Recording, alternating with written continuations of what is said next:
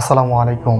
14ই ফেব্রুয়ারি যে দিনটিকে ভালোবাসা দিবস বলা হয় এবং কি এই দিনের আশেপাশে আরো বেশ কিছু আরো জঘন্য দিবস আছে। সবচেয়ে বড় কথা, এই দিবসগুলোর কথা আমরা আগে কখনোই শুনতাম না, কিন্তু রিসেন্ট সময় বা অনলাইন আসার পরে এই দিবসগুলো আরো বেশি ব্যাপক পরিমাণে ভাইরাল হয়েছে এবং এই দিবসগুলো সম্পর্কে আমরা জানতে পারছি। প্রেম ভালোবাসা কোনো খারাপ কিছু নয়, তবে সেটা বৈধ পন্থায়, সেটা হালাল পন্থায়। কিন্তু আমরা এই প্রেম ভালোবাসাকে এমন পর্যায়ে নিয়ে গিয়েছি যেটা কিনা হারাম পর্যায়ে চলে গিয়েছে। বর্তমানে আমাদের দেশে কি পরিমাণে বেহায়াপনা চলে সেটা কিন্তু আমরা দেখতে পাই।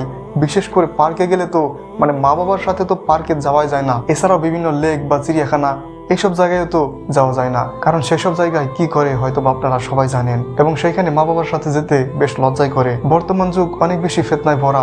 বর্তমানের একটা ক্লাস 5-এর 4-এর ছেলে মেয়ে যারা কিনা প্রেম করতেছে, তারা শুধু প্রেম করতেছে না, তারা হোটেলে গিয়ে বা বিভিন্ন আবাসিক হোটেলে গিয়ে তারা ধরা পড়তেছে। এরকম নিউজও তো আছে, আমি নিজেও ভিডিও করেছি কিন্তু এটা নিয়ে কিছুদিন আগে। তো এই হচ্ছে অবস্থা। আপনি জানেনই না আপনার সন্তান আপনার আড়ালে কত খারাপ কাজ করে বেড়ায়, যেগুলো দেখলে হয়তো আপনার নিজেরই আত্মহত্যা করতে মন চাইতো। এই যে আপনার সন্তানকে আপনি কলেজে পাঠাচ্ছেন, স্কুলে পাঠাচ্ছেন, স্কুলের কথা বাদ দিলাম, কিন্তু যারা কলেজে যায় তারা কিন্তু বাড়ি থেকে বেশ দূরে। অনেকে বলে থাকে যে ভার্সিটিতে নাকি অনেক বেশি ফিতনা, এখানে নাকি অনেক খারাপ কাজ হয়। আপনি কিভাবে শুধু ভার্সিটির দোষ দিলেন? আপনি কিভাবে নিশ্চিত যে স্কুলে এবং কলেজে এসব কাজ হয় না? বরং স্কুলে এবং কলেজে এসব কাজ আরো বেশি হয়। আপনি হয়তো বা জানেনই না আপনার সন্তানকে আপনি কলেজে পাঠাচ্ছেন, সে সেইখানে গিয়ে কি করতেছে, সারাদিন সে কি করলো, আপনি কি খোঁজখবর রাখেন না? আমাদের চোখের সামনে এরকম অনেক ঘটনা দেখেছি।